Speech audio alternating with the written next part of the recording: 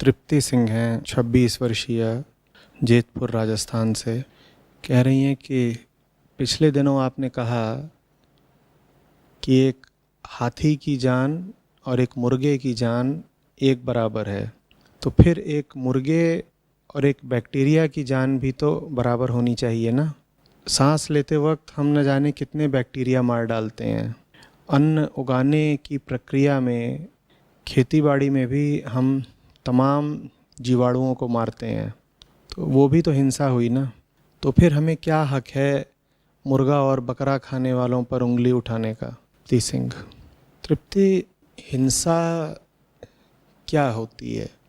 आपने तो बस एक दो मौक़ों का उल्लेख करा है जब एक इंसान के कारण तमाम छोटे जीवाणुओं की मृत्यु होती है, और कई बहुत ज़्यादा सूक्ष्म और निरंतर घटने वाली घटनाएं भी हैं जहां हमारे होने के कारण ही न जाने कितने छोटे छोटे जीवाणु जीते मरते रहते हैं। आप कुछ भी कर रहे हैं तो जीवाणु तो मारे ही जा रहे हैं। ये लीजिए, आप तो बस यही पूछ रहे थे ना कि आदमी अगर फल खाता है या अन्न खाता है या उगाता है तो उसमें जीवाणु मारे जाते हैं, तो ये हिंसा हुई।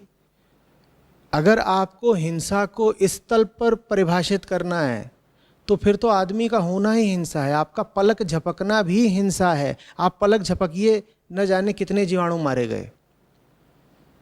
तो हिंसा की ये परिभाषा तो बड़ी विचित्र हो गई, अटपटी हो गई, अव्यावहारिक हो गई, निश्चित रूप से अनुचित हो गई।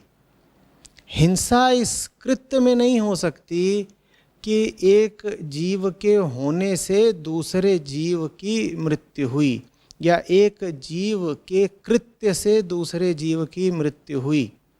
ये हिंसा की परिभाषा नहीं हो सकती। बात समझ रहे हैं मैं क्या कह रहा हूँ?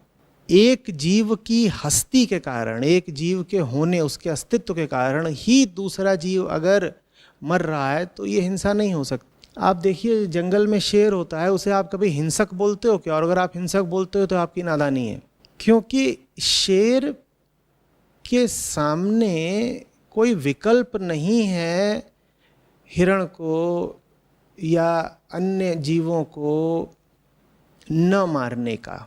वो प्राकृतिक रूप से संस्कारित है मांस ही खाने के लिए, पहली बात। और दूसरी बात, इतनी चेतना उसके पास है नहीं कि प्रकृति ने उसको जो संस्कार दिए हैं वो उन संस्कारों का उल्लंघन कर सके। इन दोनों बातों को साफ साफ समझिएगा। शेर जो है जंगल में, पहली बात, वो प्राकृतिक रूप से संस्कारित है मांस ही खाने के लिए। उसके दांत देखो, उसके शरीर की बनावट देखो। वो जब अपना जबड़ा बंद करता है तो उसके जबड़े की और मसूड़ों की मांसपेशियों में इतनी ताकत होती है कि वो जिस चीज़ को दबा रहा होता है, जिस चीज़ को वो अपने जबड़े में भींच रहा होता है, उस पर ज़बरदस्त दबाव पड़ता है और वो चीज़ बिल्कुल टूट कर बिखर जाती है। उसके जबड़ों की बनावट ऐसी है। निश्चित रूप से जबड़े की ऐसी बनावट फल चबाने के लिए तो चाहिए नहीं। अगर आपको फल ही चबाना हो तो आपके जबड़ों की कितनी मजबूती चाहिए? बहुत ज़्यादा नहीं चाहिए। फल तो यूं ही कट जाता है। पर आप शेर का या चीते का या बाघ का जबड़ा देखो तो वहाँ मामला कुछ और नज़र आता है। इसी तरीके से उसके पंजे देखो, उसके दांत देखो, और उसकी आंतें देखो, उसकी पूरी पाचन व्यवस्था देखो। उसकी पूरी पाचन व्यवस्था ऐसी है कि उसमें बहुत उच्च तीव्रता के, बहुत उच्च शक्ति के रस उत्सर्जित होते हैं ताकि वो मांस को पचा सके। मांस ही नहीं, ताकि उसके पेट में जाकर हड्डी के छोटे छोटे टुकड़े तक गल जाएं। तो प्रकृति ने ही उसको ऐसा बनाया है। उसके पास कोई विकल्प नहीं है। तुम उसे फल खिलाओगे, घास खिलाओगे, वो खा ही नहीं पाएगा। वो कितना भी भूखा होगा वो खा ही नहीं सकता। उसको अंततः भूख के कारण जान देनी पड़ेगी, पर वो फल, सब्जी या घास नहीं खा पाएगा। तो उसके साथ एक अनिवार्यता या मजबूरी ये है कि उसकी प्राकृतिक संरचना ही मांस खाने के लिए हुई है, और दूसरी बात, उसको इतनी चेतना उपलब्ध ही नहीं है कि वो विचार कर सके कि मांस खाने का क्या मतलब है, हिंसा का क्या मतलब है, हत्या का क्या मतलब है। इतनी चेतना, विचार की इतनी शक्ति शेर, चीते, बाघ, तेंदुए के पास है ही नहीं। मगरमच्छ क्या सोच सकता है कि मैं कौन हूँ, ये मछलियाँ कौन है, मेरा समस्त प्रकृति से नाता क्या है, हत्या करनी चाहिए नहीं करनी चाहिए। विचार के लिए, ध्यान के लिए जो चेतना चाहिए वो इन पशुओं को उपलब्ध नहीं है। इसीलिए हम कभी नहीं कहते कि शेर हिंसा कर रहा है। तुमने कभी कहते सुना है किसी को कि ये बाघ बड़ा पापी है, उम्र भर इसने सिर्फ खून बहाया है, इसे सब जानवरों की बद्दुआ लगेगी, ये नरक में सड़ेगा? ऐसा कभी कहीं लिखा है, पढ़ा है, सुना है? बोलो क्यों नहीं? क्योंकि हिंसा सिर्फ मारने से नहीं होती है। हिंसा मारने में नहीं है। हिंसा सिर्फ तब है जब आपकी चेतना के पास विकल्प हो करुणा का, और आप उस विकल्प का इस्तेमाल न करके दूसरे को अपने स्वार्थ की खातिर मार दो, तब हिंसा है। हिंसा की परिभाषा समझना। हिंसा शब्द ही सिर्फ उस प्राणी पर लागू होता है जिसके पास सोचने समझने की, विकल्प करने की, चुनाव करने की चेतना हो। तो इसलिए हम कह रहे हैं कि शेर और चीतों को हिंसक हम नहीं कह सकते। शेर और चीतों को हम शिक्षा भी नहीं दे सकते अहिंसा की। वो तो प्रकृति मात्र है। वो एक तरीके से कह सकते हो कि मशीन ही है, यंत्रवत है। उनको प्रकृति ने जैसा बना दिया वैसा जिए जा रहे हैं। उनको हिंसक कहना कि कोई काम की बात नहीं होगी, उचित बात नहीं होगी। आदमी के पास विकल्प है कि वो सोचे समझे, विचार करे। आदमी को ताकत है कि वो अपने भीतर प्रेम का पक्ष ले, करुणा का पक्ष ले, या फिर स्वार्थ का और भोग का पक्ष ले।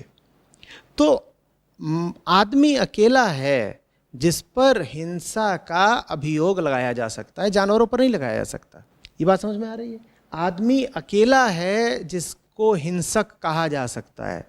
हम अक्सर कह देते हैं एक हिंसक शेर, या अजगर को हिंसक बोल दिया, किसी भी चीज़ को हिंसक बोल दिया। लेकिन अगर हम ऐसे कहते हैं तो हम गलत कह रहे हैं। वो हिंसक नहीं है, वो तो बस वैसे हैं जैसा उनको प्रकृति ने बना दिया है। आदमी ही है सिर्फ पूरी प्रकृति में जो हिंसक भी हो सकता है और अहिंसक भी हो सकता है। क्यों? क्योंकि आदमी ही है अकेला जिसके पास ऐसी चेतना है जो विचार कर सकती है, ध्यान कर सकती है और ऊंचे तल के निर्णय कर सकती है। ऊंचे तल के निर्णय कौन से होते हैं? निचला निर्णय वो जिसमें तुम सिर्फ अपने देह के सुख का ख्याल करते हो, ये निचले तल का निर्णय है कि भाई मेरा सीमित काम चलता रहे, मुझे सुख मिलता रहे, मैं कुछ खा लूँ, मैं कुछ भोग लूँ, मेरी ज़िंदगी अच्छी चलती रहे, मुझे दुनिया से मतलब क्या। और मेरे सुख के, मेरे भोग की खातिर अगर किसी को जान गंवानी पड़े तो कोई बात नहीं। ये होते हैं निम्न कोटि के निर्णय। ऊंचे निर्णय कौन से होते हैं? ऊंची चेतना कौन सी होती है? जो कहती है कि अपनी ही सोचना ही तो अहंकार है ना, और अहंकार ही मेरे सब दुखों का कारण है और दुनिया के सब दुखों का कारण है। तो अपनी ही नहीं सोचनी है। अपना पेट इतना महत्वपूर्ण नहीं हो गया कि अपने पेट की खातिर या अपने ज़बान की स्वाद की खातिर मैं किसी की हत्या ही कर डालूं। ये ऊंची कोटि की चेतना होती है। इंसान के पास विकल्प है कि वो निचली चेतना रखे या ऊंची चेतना रखे। जो इंसान निचले स्तर की चेतना रखे वो हिंसक कहलाएगा निश्चित, और जो इंसान ऊंची कोटि की चेतना रखे वो अहिंसक होगा। तो हिंसक या अहिंसक कहलाने के लिए सर्वप्रथम आपके पास विकल्प होना चाहिए मारने या न मारने का। जिनके पास विकल्प ही नहीं है उन पर हम हिंसा का इल्ज़ाम नहीं लगा सकते। तो जैसे हम शेर चीतों पर इल्ज़ाम नहीं लगा सकते कि तुमने हिरण को क्यों मारा, वैसे ही हम आदमी पर इल्ज़ाम नहीं लगा सकते कि तुमने सांस लेकर के बैक्टीरिया क्यों मारा। क्यों नहीं लगा सकते इल्ज़ाम? क्योंकि आपके पास विकल्प ही नहीं है। तो इसीलिए ये कृत्य हिंसा का नहीं हुआ। समझ में आ रही है बात? हालांकि मैं निश्चित रूप से स्वीकार कर रहा हूं कि तुम सांस लेते हो या फल भी खाते हो तो उसमें भी छोटे छोटे जीवाणु मरते ज़रूर होंगे, लेकिन फिर भी इसको हिंसा नहीं कहा जा सकता। लेकिन अगर आप बकरे या मुर्गे को मारते हो तो उसको हिंसा निश्चित रूप से कहा जाएगा। क्यों? क्योंकि वहां आपके पास क्या उपलब्ध था? विकल्प था। आप चाहते तो न मारते, आपका काम चल जाता है।